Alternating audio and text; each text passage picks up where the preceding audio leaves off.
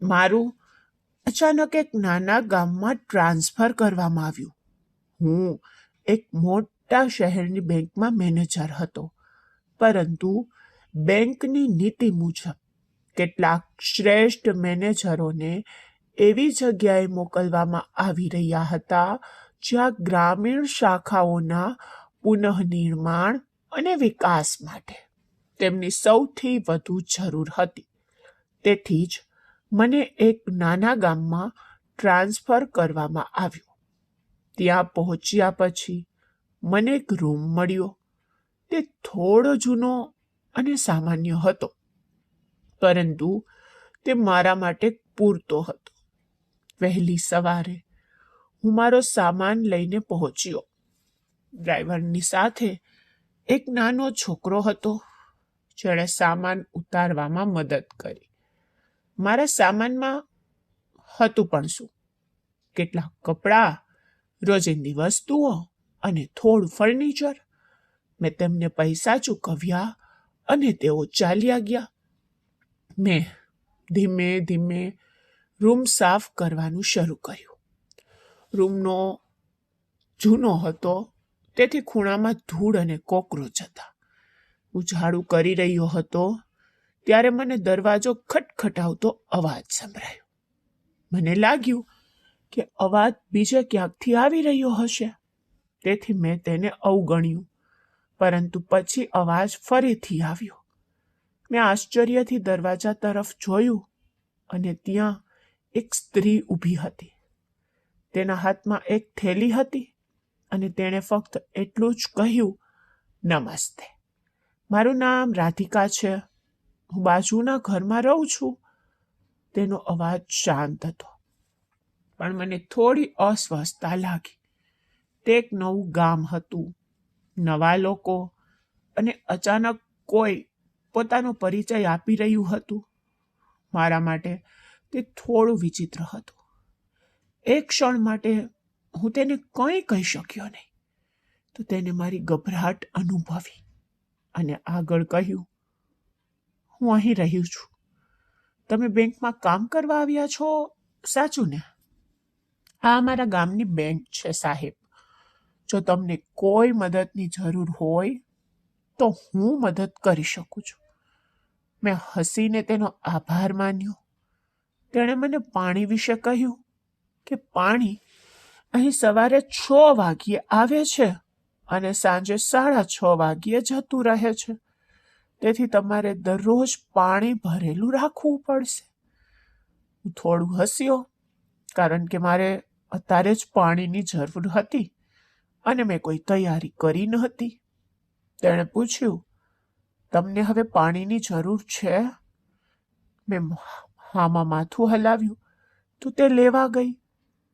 તેના ગયા પછી હું ફરીથી વિચારવા લાગ્યો, આ રાધિકા કોણ હોઈ શકે?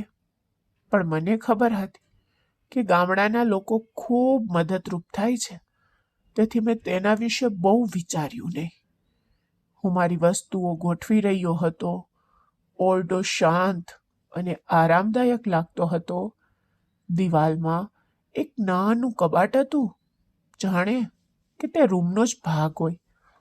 મેં મારો કેટલોક સામાન ત્યાં મૂક્યો. તે કબાટમાં મેં મારા કપડાં એક નાના ટ્રકમાં સરસ રીતે ગોઠવ્યા. ઓરડો નાનો હોવા છતાં બધું સરસ રીતે ગોઠવાયેલું હતું, જે રીતે મને ગમે છે. નજીકમાં એક નાનું બાથરૂમ પણ હતું અને મેં દિવાલો પર કેટલીક વસ્તુઓ મૂકી. એવું લાગ્યું કે બાથરૂમ મારી રોજિંદી જરૂરિયાતો પૂરી કરવા માટે બનાવવામાં આવ્યું હતું. અચાનક હું ભાનમાં આવી અને જોયું કે તે સ્ત્રી દરવાજામાં ઊભી હતી. તે બિલકુલ પહેલા જેવી જ દેખાતી હતી, પરંતુ હવે તેની કમર પર પાણીનો ઘડો હતો.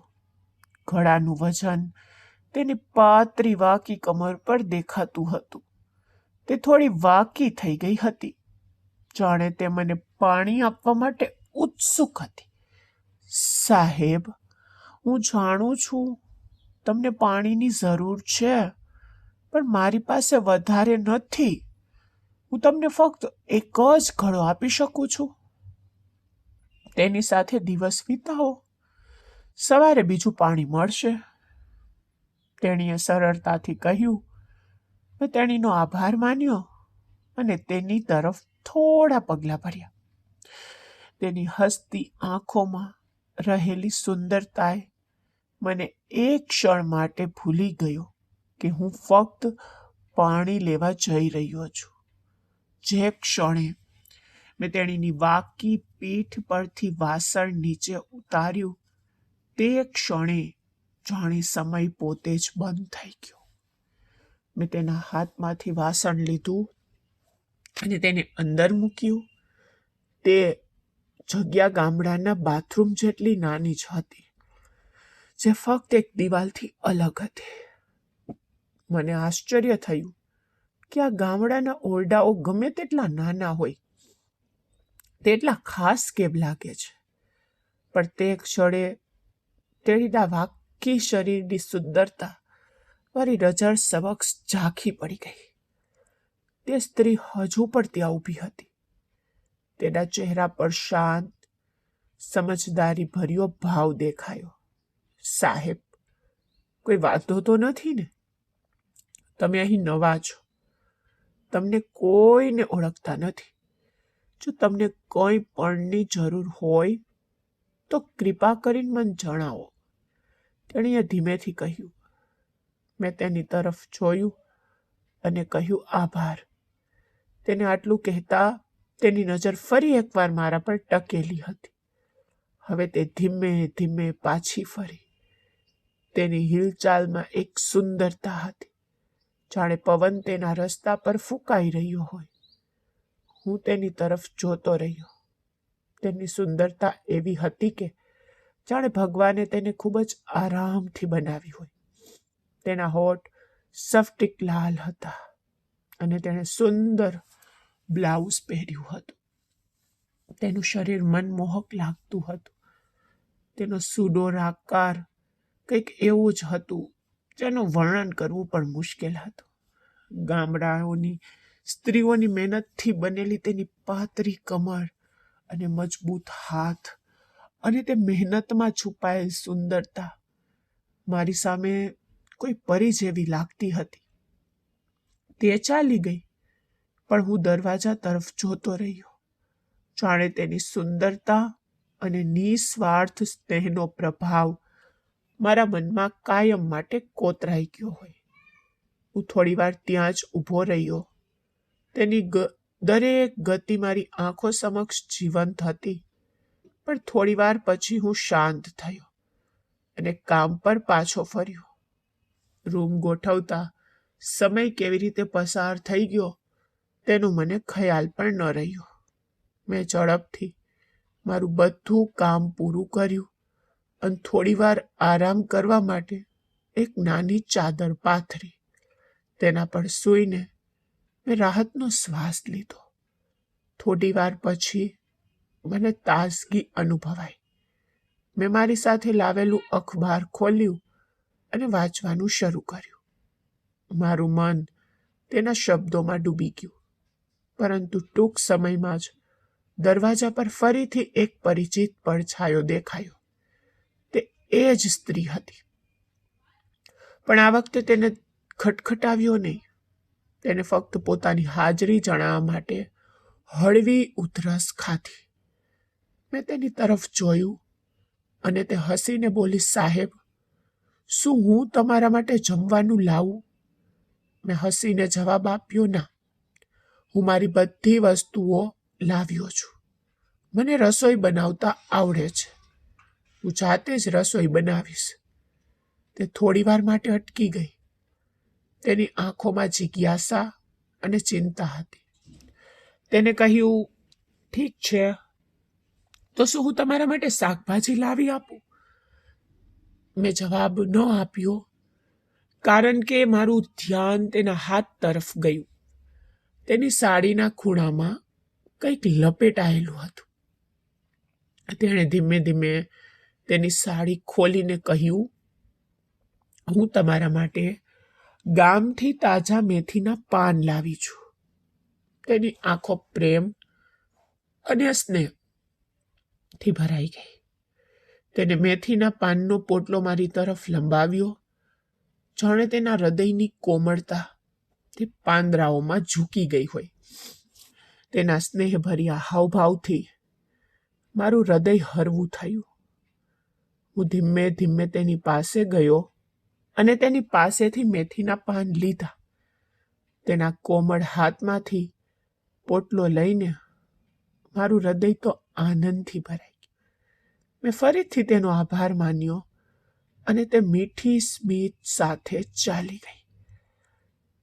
તેના ગયા પછી મેં રસોઈ શરૂ કરી. મેથીના પાન તાજા અને રસદાર હતા. મેં ખૂબ જ ઉત્સાહથી તેમને તૈયાર કર્યા અને ખાધા. સચ કહું તો સાદા ભોજનનો તો સ્વાદ જ કંઈક અલગ જ હતો.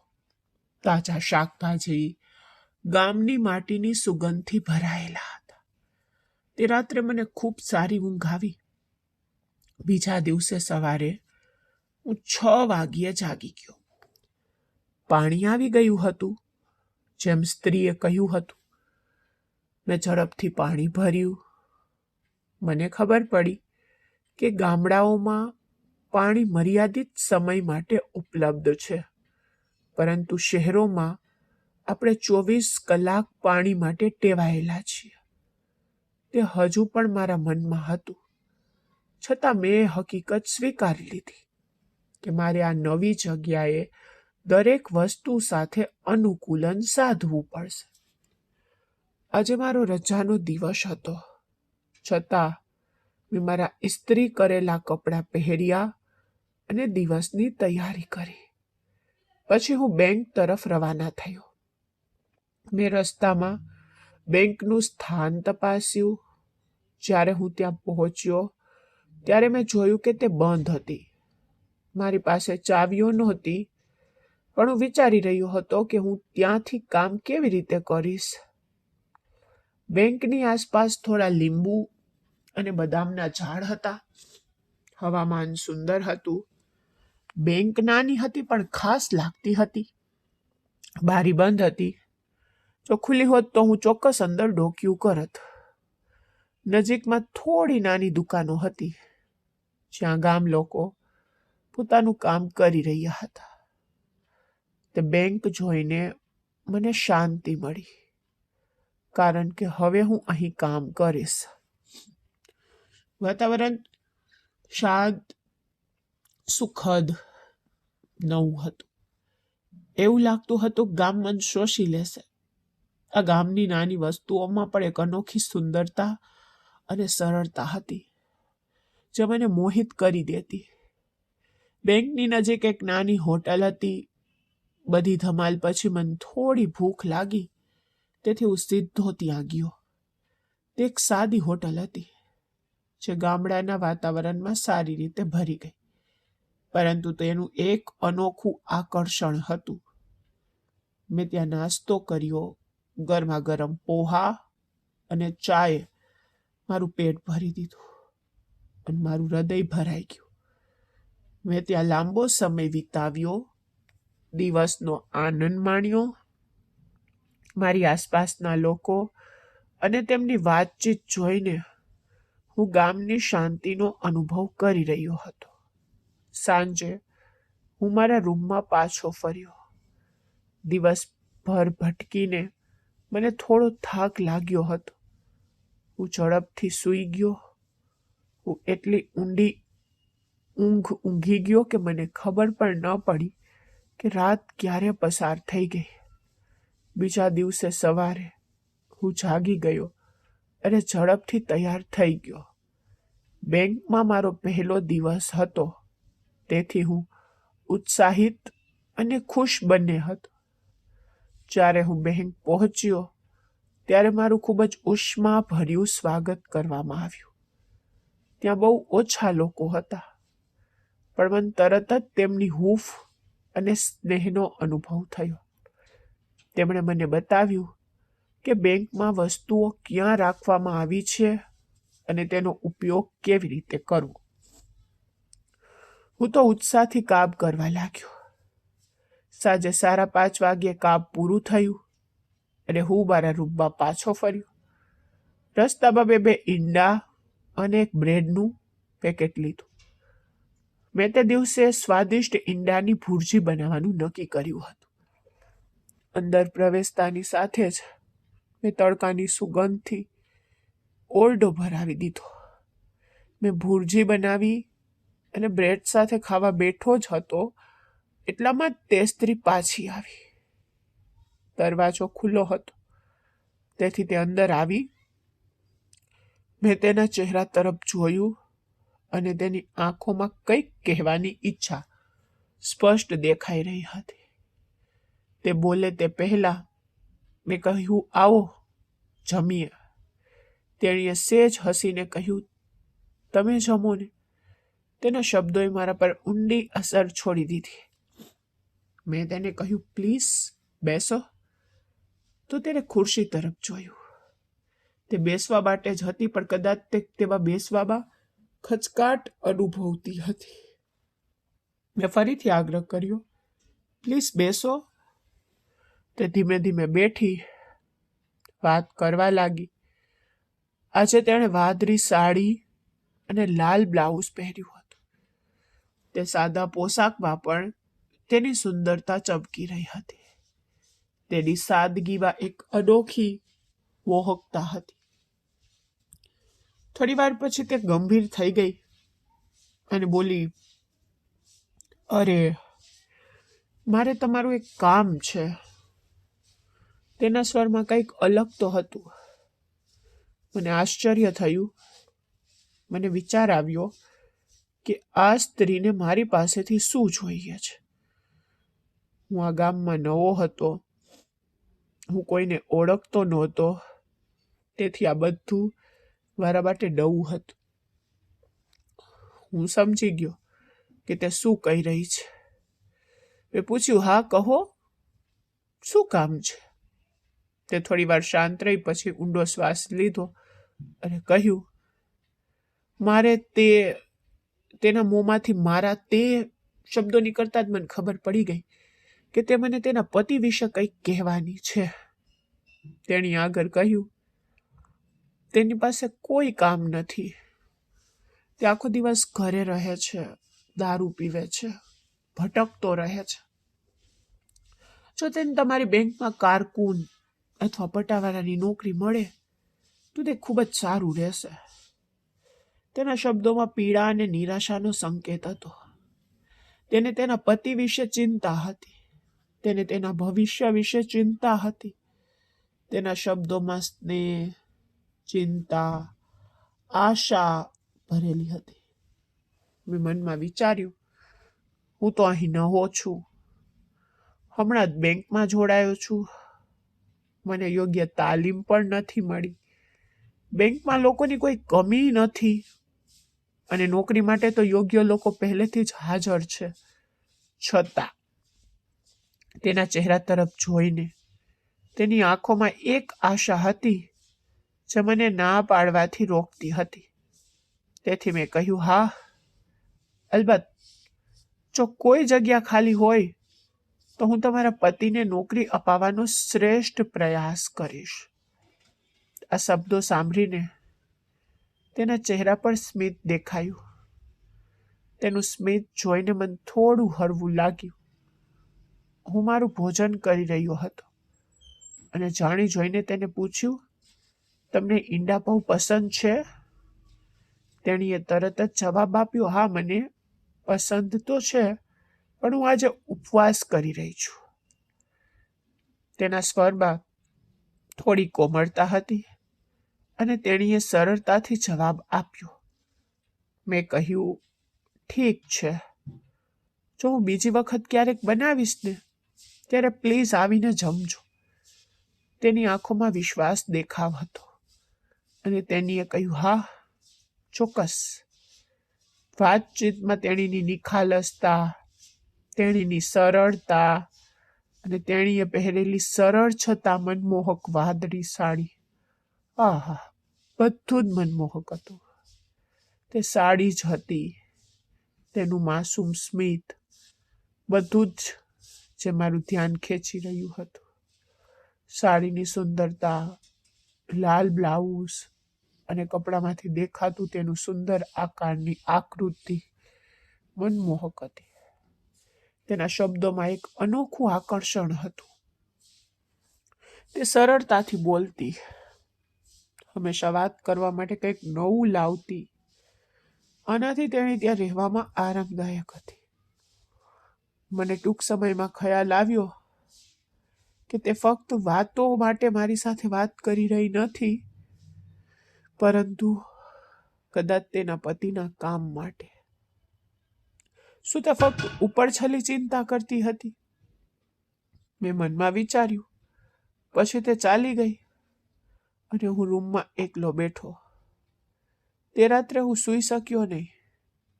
જગ્યા નવી હતી, પરંતુ તે નવી જગ્યાના એકાંતમાં તે સુંદર સ્ત્રીએ મારું હૃદય પકડી રાખ્યું. તેનું મધુર સ્મિત, તેની નરમ નાજુક હલનચલન અને તે મારી સાથે જે રીતે વાત કરતી હતી, તે બધું મને વિચલિત કરી રહ્યું હતું. હું સૂઈ રહ્યો હતો, પણ મારી આંખો બંધ હોવા છતાં તેની છબી મારી આંખો સમક્ષ ચમકતી રહી. તેનો મનમોહક દેખાવ, તેની આંખોમાં લાગણી, તેની પાણીનું વાસણ લાવી અને તેનો પ્રશ્ન, આ બધું મારા મનમાં રમતું હતું. 2 દિવસ પછી રવિવાર હતો અને મને રજા હતી. હું સવારે થોડો મોડો ઉઠ્યો હતો અને પાણી ભરવાનું ચૂકી ગયો હતો. હું દરવાજા પાસે આવ્યો અને આસપાસ જોયું. તેણીને જોવાની આશામાં, પણ તે ત્યાં નહોતી. તેના ઘરે જવાનો વિચાર મારા મનમાં આવ્યો, પણ હું આટલી અચાનક કોઈના ઘરે કેવી રીતે જઈ શકું? તેથી મેં મારા રૂમમાં બેસવાનું નક્કી કર્યું. તે થોડી વાર પછી આવી. એવું લાગ્યું કે હું તેની રાહ જોઈ રહ્યો હતો અને તેના આગમનથી મને રાહત થઈ. જ્યારે મેં તેને દરવાજામાંથી જોઈ, ત્યારે મને ખબર હતી કે તે આવશે. તે ત્યાં હસતી ઊભી રહી. પૂછ્યું, સાહેબ, બધું બરાબર તો છે ને? મેં સહેજ હસીને કહ્યું, હા હા, બધું બરાબર તો છે, પણ આજે હું મુશ્કેલીમાં છું. તો તેણીએ કુતૂહલવશ પૂછ્યું, શું થયું? મેં કહ્યું, આજે હું થોડો મોડે જાગ્યો. પાણી ભરવાનું ભૂલી ગયો. મારી પાસે હવે પાણી નથી. આ સાંભળીને તે હસી પડી અને તેના ખુશખુશાલ હાસ્યથી તેની સરળતા વધી ગઈ. આજે તેણે બધું આરપાર દેખાય તેવી સાડી પહેરી હતી. સાડી તેના ગોરા રંગ પર વધુ સારી દેખાતી હતી. સાડીમાંથી તેની શરીરની સુંદરતા સ્પષ્ટ દેખાઈ રહી હતી. તે નરમાશથી બોલી રહી હતી અને હું તેના શાંત મનમોહક શરીર પરથી મારી નજર હટાવી શક્યો નહીં. તેને ભૂરા રંગનું બ્લાઉઝ પહેર્યું હતું, જે તેની સુંદરતાને સ્પષ્ટપણે ઉજાગર કરતું હતું. મારા મનમાં એક વિચિત્ર ઈચ્છા જાગી. તેને જોવાની, તેની નજીક જવાની, તેની સુંદરતા વિશે વિચારવાની. મારી જાતને કાબૂમાં રાખી શકાતી ન હતી. તે મારી સામે ઊભી હતી અને મારા મનમાં વિચાર આવ્યો, તેને નજીક ખેંચીને તેને ભેટી પડું, તેના નાજુક હોઠ મારા હોઠ પર રાખું, તેને ચુંબન કરું. આ વિચારો મારા મનમાં દોડતા મેં તેની તરફ જોયું. થોડી વાર પછી મેં મારું મન શાંત કર્યું અને તેમાંથી બહાર નીકળ્યો. તે ત્યાં ઊભી રહી, હજુ પણ હસતી હતી. એવું લાગતું હતું કે તે જાણતી હતી કે મારા મનમાં શું ચાલી રહ્યું છે, છતાં તે કંઈ બોલી રહી ન હતી. અચાનક તેણીએ તેના મધુર અવાજમાં પૂછ્યું, શું થયું સાહેબ? તમે શું વિચારી રહ્યા છો? તેણીએ તેના મધુર અવાજમાં પૂછ્યું તો તેના ચહેરા પર હળવું સ્મિત હતું. તેની આંખોમાં એક વિચિત્ર ચમક હતી. મેં તેની તરફ જોયું અને વિચાર્યું, તે મને ખરેખર જે જોઈએ છે તે નહીં આપે. હું જે વિચારી રહ્યો હતો તે મારા હોઠ પર લાવવાની મારી હિંમત નહોતી. તેના શબ્દો, તેની નાજુક ગતિવિધિઓ, તેની મનમોહક સુંદરતાએ મને વધુ મોહિત કરી દીધો. તેણીએ હસીને પૂછ્યું, સાહેબ, શું તમને થોડું પાણી લાવી દઉં? તેનો અવાજ મધુર હતો અને તેના ચહેરા પર આદર અને ચિંતા દેખાતી હતી. મેં કહ્યું, હા, જો તમે મને થોડું પાણી લાવી શકો તો ખૂબ સારું રહેશે. મને નાહવા અને રસોઈ માટે પાણી જોઈએ છે. તેણીએ કહ્યું, ઠીક છે, હું 2 કે 3 ઘડા પાણી લાવી આપું છું. એવું લાગતું હતું કે તેણીએ પહેલેથી જ અનુમાન લગાવ્યું કે આજે મને પાણીની સમસ્યા થવાની છે. મને આશ્ચર્ય થયું કે તેને આ કેવી રીતે ખબર પડી હશે. તેને હસીને કહ્યું, મને ખબર હતી કે તમે આજે મોડા પણ ઉઠશો અને તમને નળનું પાણી નહીં મળે. ફરી સદબત થઈ ગયો. એક ક્ષણ માટે મને આશ્ચર્ય થયું કે શું આ સ્ત્રીમાં ચહેરા વાંચવાની કળા છે. તે પાછી ચાલી ગઈ અને થોડી વારમાં પાણીથી ભરેલો પહેલો ઘડો લાવી. પાણી ઉપાડતી વખતે તેના શરીર પર થોડું પાણી છલકાયું તો તેની સાડી તેના શરીરની આસપાસ કડક થઈ ગઈ અને તેના કપાળ પર પાણીના ટીપા દેખાઈ રહ્યા હતા. તેના કપાળ પર પરસેવાના મણકાએ એક અનોખી ચમક ફેલાવી હતી. તેણીએ ધીમેથી કહ્યું અને ઘડો મારી સામે મૂક્યો અને તે ક્ષણે તેની સુંદરતા વધુ મનમોહક બની ગઈ. તે પાણીનો બીજો ઘડો લઈને પાછી આવી અને પાણી ફરી ઢોરાઈ ગયું. તેની સાડીનો ભીનો પલ્લુ તેની કમર પર વધુ કડક રીતે વીંટળાયેલો હતો. સાડી તેના શરીર સાથે ચોંટી ગઈ હોય તેવું લાગતું હતું, જે તેની સુંદરતામાં વધારો કરી રહ્યું હતું. તેની વક્ર આકૃતિ, તેની કમરનો વળાંક અને તેની ભીની ત્વચા, આ બધું મને પાગલ કરી રહ્યું હતું. તેને જોઈને મને એવું લાગ્યું કે જો તે હવે પાછી નહીં જાય તો હું પાગલ થઈ જઈશ. તેની સુંદરતા, તેની આંખોમાં માદકતા અને તે મારી સાથે જે રીતે વર્તતી હતી તે બધું મને પાગલ કરી રહ્યું હતું. ઠીક છે, આભાર, મેં તેને કહ્યું. હું હવે સ્નાન કરીશ. મેં કહ્યું તો તે સમજી ગઈ કે હવે તેને જવું પડશે. તે ધીમે ધીમે તેના ઘર તરફ ચાલવા લાગી. હું દરવાજા પર ઊભો રહીને તેને જોઈ રહ્યો હતો. તે બહાર નીકળી, સીડીઓ ઉતરી અને હું તેને જોયા વગર રહી શક્યો નહીં. તેની ભીની સાડીમાં તેની પીઠની સુંદરતા વધુ મનમોહક લાગતી હતી. તેનું શરીર, તેની ગતિવિધિઓ અને તે સાડીમાંની તેની સુંદરતા બધું મારા માટે અસહ્ય હતું. મારું મન વિચારોથી ભરેલું હતું.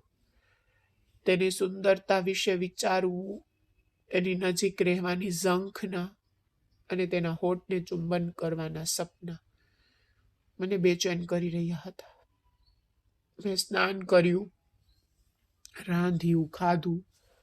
મેં થોડો સમય આરામ કર્યો, પણ હવે હું સમાધિમાં હતો. બધું પૂરું થઈ ગયું. બહારની હવા શાંત અને હું ઘરે બેઠો સાંજ વિશે વિચારી રહ્યો હતો. એટલામાં જ એક માણસ મારા ઘર પાસે આવતો દેખાયો. તેની ચાલ પરથી ખબર પડી કે તે નશામાં જ. તે મારા દરવાજા પાસે આવ્યો અને કહ્યું, હેલો સાહેબ. મેં જવાબ આપ્યો, હેલો. તે એકદમ નાજુક દેખાતો હતો. તેના શરીર પર માંસ જ નહોતું. તેની હિલચાલમાં એક વિચિત્ર અસ્થિરતા હતી, જાણે તે ડગમગી રહ્યો હોય. મેં તેને જોતા જ તેણે પોતાનો પરિચય આપ્યો કે હું અશોક છું, રાધિકાનો પતિ. આનાથી મને આશ્ચર્ય થયું. મેં મનમાં વિચાર્યું, આ નાજુક માણસ આ સુંદર સ્ત્રીનો પતિ?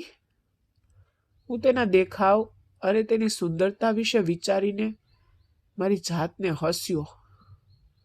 થોડી વાર માટે અશોક ઘણી વસ્તુઓ વિશે વાત કરતો રહ્યો. પછી તેને કહ્યું, સાહેબ, આજે રાત્રે મેં ચિકન બિરયાની બનાવવાનું આયોજન કર્યું છે.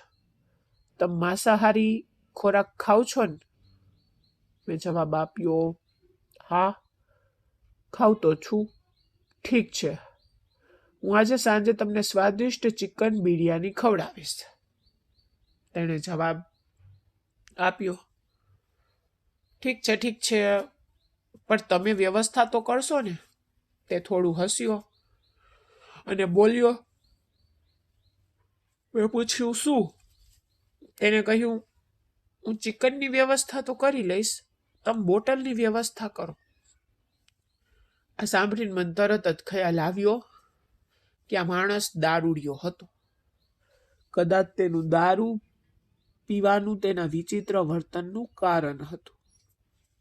મારા મનમાં વિચાર આવ્યો કે આટલી સુંદર પત્ની હોવા છતાં આ માણસ દારૂમાં ડૂબી રહ્યો હોય. રાધિકા જેવી સુંદર સ્ત્રી હોવા છતાં તે દારૂમાં ડૂબી રહ્યો હતો. તેની અવગણના કરી રહ્યો હતો. મને લાગ્યું કે જો મારી પાસે તેના જેવી પત્ની હોત તો હું તેને ક્યારેય અવગણીશ નહીં. હું તેને હંમેશા ખુશ રાખીશ. હવે સાંજ પડી ગઈ. અશોક બેગમાં કંઈક લઈને મારા ઘરે આવ્યો અને કહ્યું, સાહેબ, ચિકન તો તૈયાર છે, હવે ચાલો આગ સળગાવીએ અને આરામથી બેસીએ. આ સાથે તે ચિકનને ઘરમાં લાવ્યો, આગ પ્રગટાવવા બહાર ગયો. અમે બંને અગ્નિ સામે બેઠા. આસપાસ કોઈ નહોતું. મારું ઘર ગામથી થોડે દૂર હતું, તેથી ત્યાં બીજું કોઈ નહોતું. અશોકે ધીમેથી પૂછ્યું, સાહેબ, તમે બોટલ નથી લાવ્યા? મેં જવાબ આપ્યો, હા, લીધી હતી. પછી હું ઊભો થયો, રૂમમાં ગયો, એક બોટલ અને એક ગ્લાસ લાવ્યો. હું પાછો અગ્નિ પાસે બેઠો, તેને બોટલ આપી. તેને બોટલ હાથમાં લીધી. ગ્લાસમાં થોડો વાઇન રેડ્યો.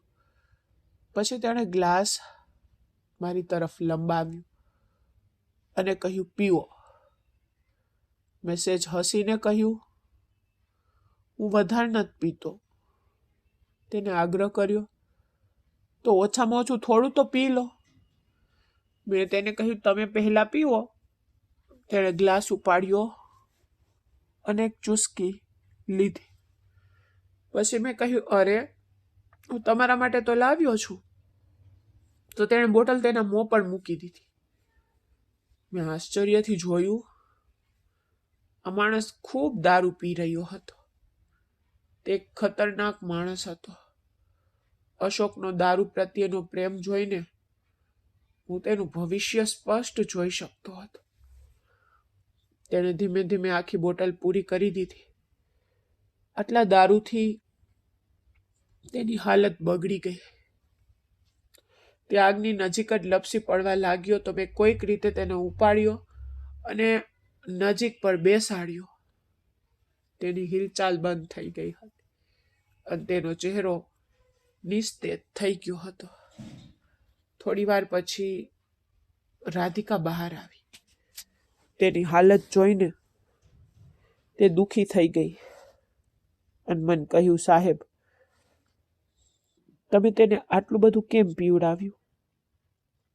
તેને ખબર નથી કે કેટલું પીવું.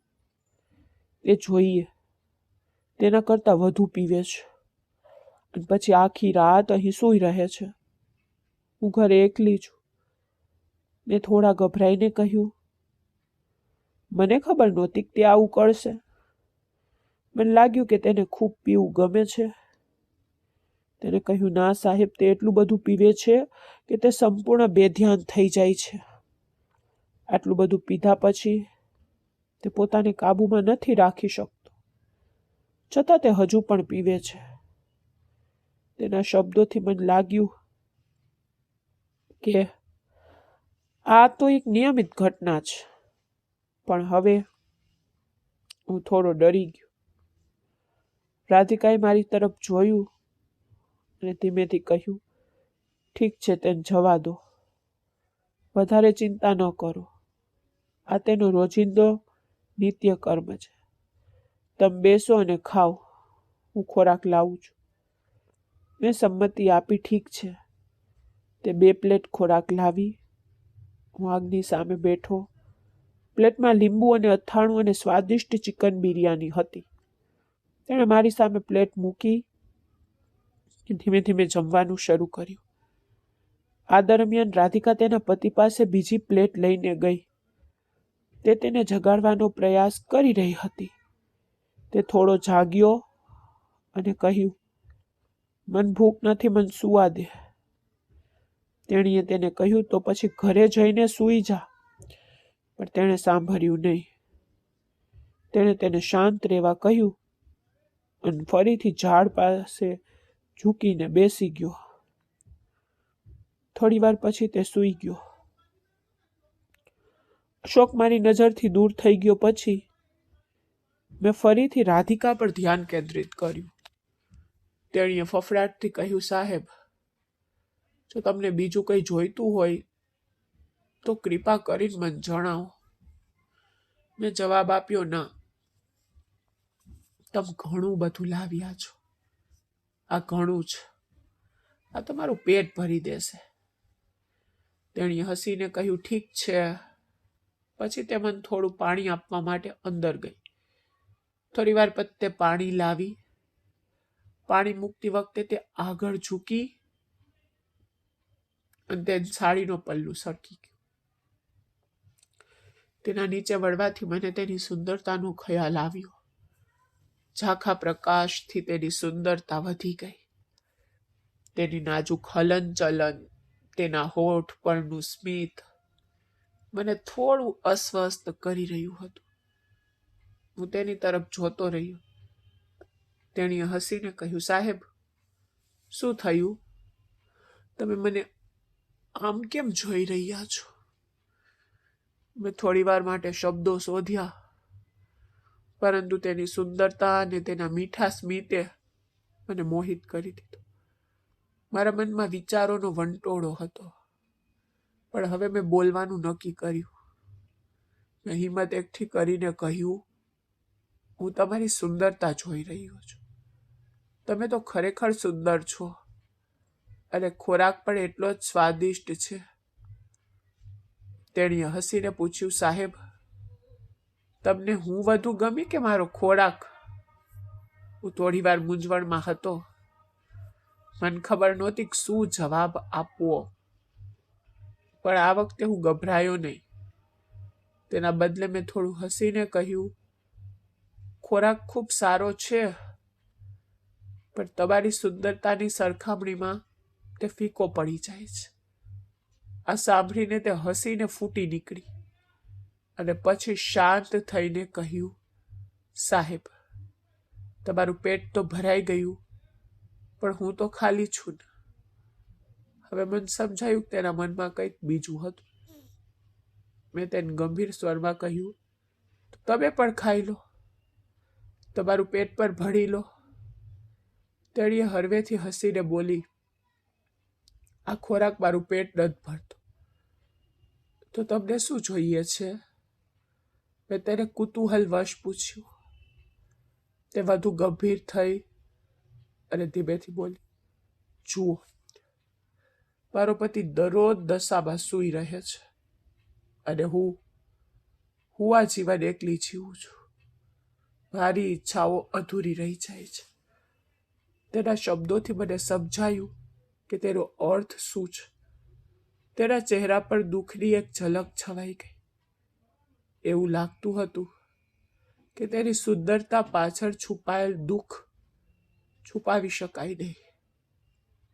મેં તેને ફડફડાટથી કહ્યું, ઓહ, તમારા ચહેરા પરની ઉદાસી સારી નથી લાગતી. તમે ખૂબ સુંદર છો અને તમને ઉદાસ જોઈને મને દુઃખ થાય છે. તે સેજ હસી, પણ તેની આંખો પીડાથી ભરાઈ ગઈ. તેણે કહ્યું, સાહેબ, હું શું કરી શકું? મારા પતિ કમાતા નથી. તે ફક્ત દારૂ પીને સૂઈ રહે છે.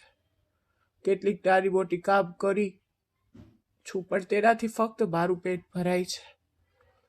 મારી શારીરિક ઈચ્છાઓ કોણ સંતોષશે?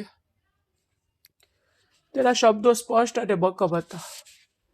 તેના શબ્દોથી મને થોડી અસ્વસ્થતા થઈ, પણ મેં તેના દુઃખમાં ઊંડો અર્થ જોયો.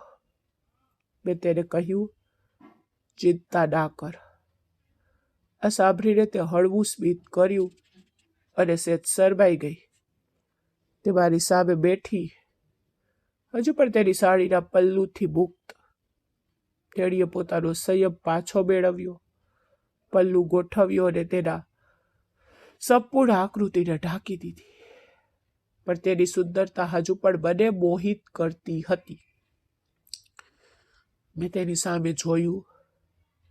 તેની સાડીમાંથી પ્રતિબિંબ થતી સુંદરતા સંપૂર્ણપણે પ્રગટ થઈ ગઈ હોય તેવું લાગતું હતું. તે ક્ષણે તેટલી સુંદર દેખાતી હતી, જાણે તેના સૌંદર્યનું એક નવું પાસું મને પ્રગટ થયું હોય. પછી એક મીઠી સ્મિત સાથે તેણી મારી પાસે આવી અને પૂછ્યું, સાહેબ, શું હું આજે તમારા રૂમમાં સૂઈ શકું? તેના અવાજમાં કંઈક અલગ હતું. તેની નિખાલસતાએ અને વધુ અસ્વસ્થતામાં મૂકી દીધો.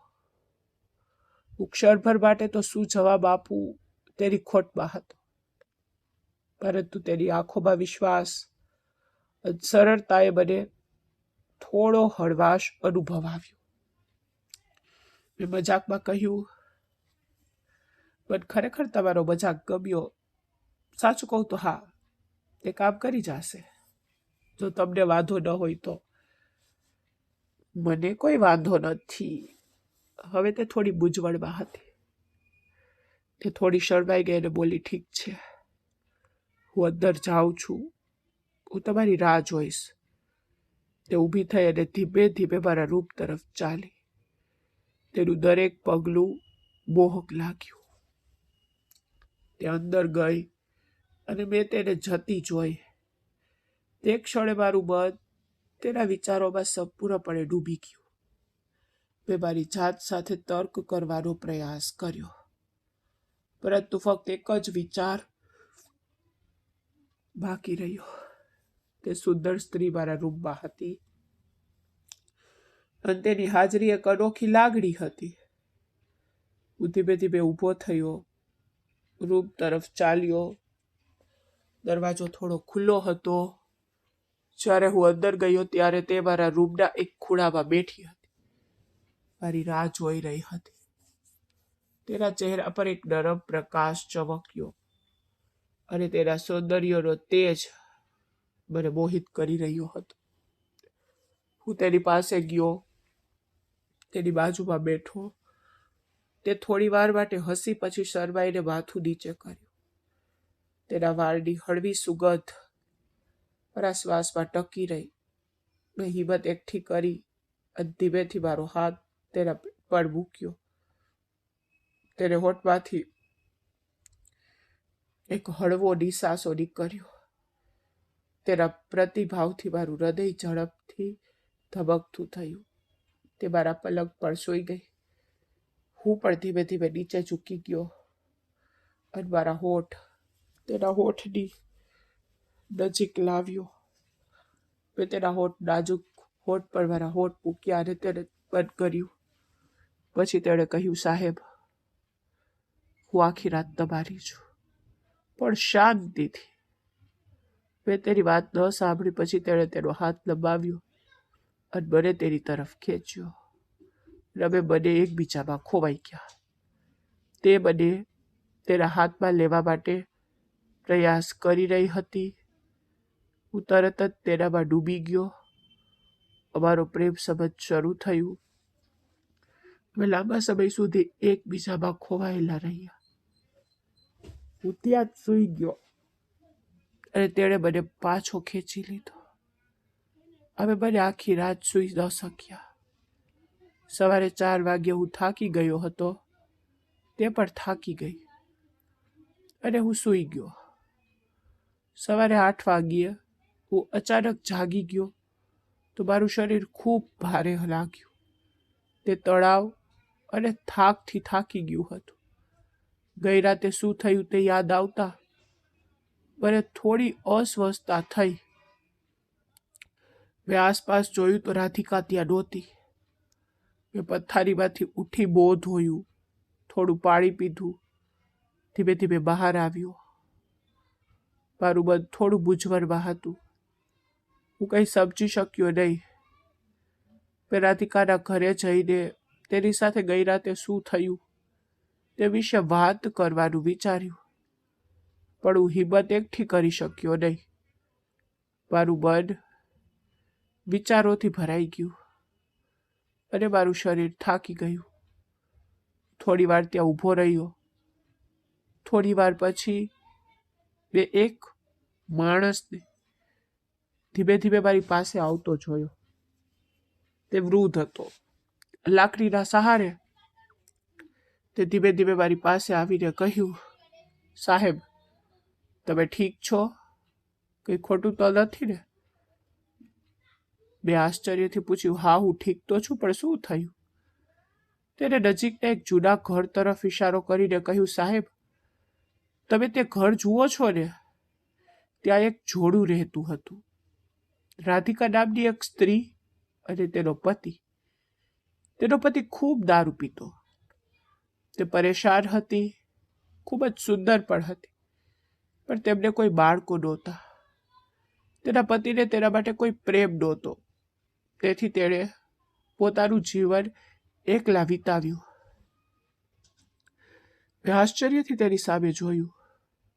તેને આગળ કહ્યું, એક દિવસ તેનો પતિ દારૂના નશામાં મૃત્યુ પામ્યો. અંતે ખૂબ જ એકલી થઈ ગઈ. તે સુંદર હતી, પણ તે એકલી રહેતી અને આખરે તેણે પણ પોતાનો જીવ લઈ લીધો. મારું મન ખાલી થઈ ગયું. હવે મને સમજાયું કે ગઈ રાત્રે જે બન્યું તેનો કોઈ અલગ અર્થ જ હતો. હું તેનાથી દૂર તો ચાલ્યો ગયો, પણ મારા મનમાં શંકા અને ભયનું ઝાડું હતું. શું ગઈ રાત્રે હું જે રાધિકાને મળ્યો હતો તે ખરેખર ત્યાં હતી? શું તે વ્યક્તિ જે આખી રાત મારી સાથે રહી હતી તે સ્ત્રી મારી સાથે હતી કે તેની ભાવના? હવે હું તે ઘરમાં એકલો હતો, પણ ગઈકાલે રાત્રે હું કોની સાથે હતો? મારા મનમાં ડર અને જિજ્ઞાસા મને વધી રહ્યા હતા, જેનો જવાબ હવે મને મળવાનો ન હતો. તો મિત્રો, મને આશા છે કે તમને અમારી વાર્તા ગમી હશે. જો તમને તે ગમી હોય તો કૃપા કરીને વિડીયોને લાઈક કરો.